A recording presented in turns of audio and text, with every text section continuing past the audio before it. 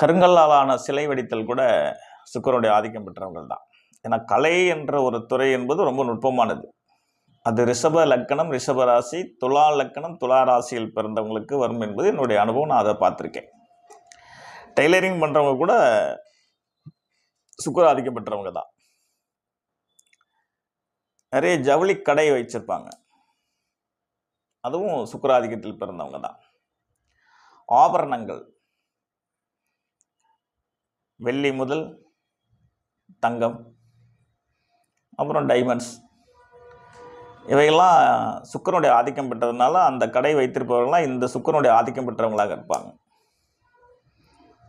ஆக மொத்தத்தில் இனிமையானவர்கள், அழகானவர்கள், அன்பானவர்கள், கலைத்துறையில் தேர்ச்சி பெறக்கூடியவர்கள், சிறப்பு பண்புக்கு சொந்தக்காரர்கள், கிருஷ்ணனுடைய மிகப்பெரிய நட்புக்கு உரியவர்கள்.